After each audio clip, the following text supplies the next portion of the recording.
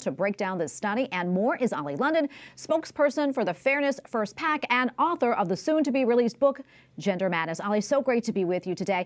Let's talk a little bit more about the study that just came out yesterday. There were 139 people who responded to the study survey out of initial 235 patients who were eligible to take part in this. So not really a huge study, but certainly not minuscule. That said, do you think the results are reflective of what you're seeing when it comes to so-called gender-affirming care?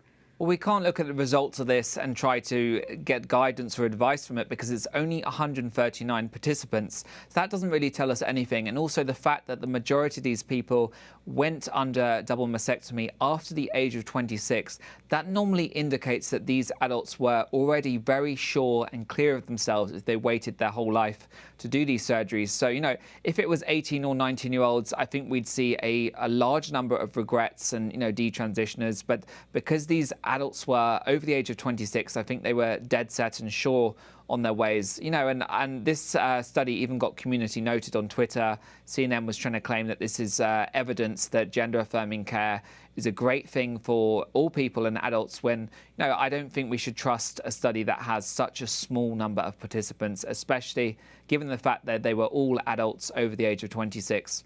Yeah, and according to the research paper abstract, sounding a little clinical here, the study was deemed to be important because there has been, quote, increasing legislative interest in regulating gender-affirming surgery due in part to decisional regret. That's what they call it. Ollie, let's talk more about this. I know this is something that you really have been on top of at the state and federal level here in the United States, but most of these discussions, if not all, they focus on children. And the participants, again, in this study, they were adults. Right. So, if we look at the results in Sweden, Sweden previously was the pioneer in gender-affirming care for children. They were prescribing puberty blockers and hormones. But earlier this year, Sweden actually reversed their decision and said, you know what, we've got some long-term data. This isn't actually beneficial or good for kids. So they've actually now changed their policy.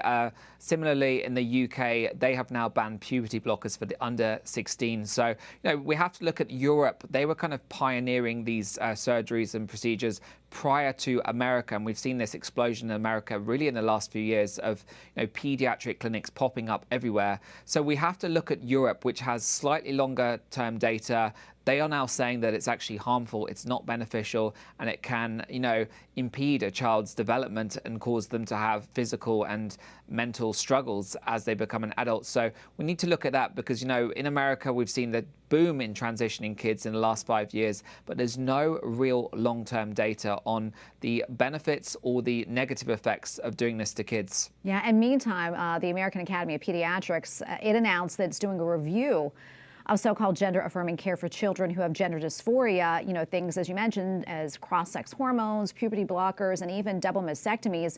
That said, last week, the AAP voted to reaffirm its past policy on gender-affirming care, which calls for those exact types of treatments. Ollie, help us sort this out. I'm not a doctor, but one would think you do the review first.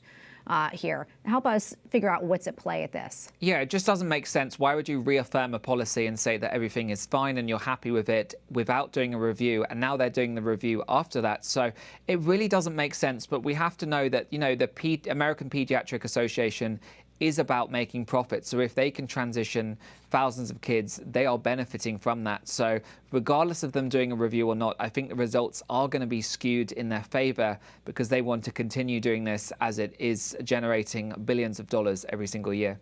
Ollie, we're almost out of time, but I want to make sure I get to this. I know you have been so busy lately speaking out against transgenderism and the effects of gender ideology on children. And you also have a new book that is coming out. Tell us more about that. So yes, I've got Gender Madness. It's out in 4 days. It's available for pre-order now. And this book is really helping parents and helping young people that are struggling. It's going through what is going on right now with this social contagion, with social media influencing kids, with the school system pushing this on kids, the entertainment industry. So it's going through all of that and how we can help as a society have this conversation, because it should not be controversial to say children cannot consent to having irreversible surgeries or hormones.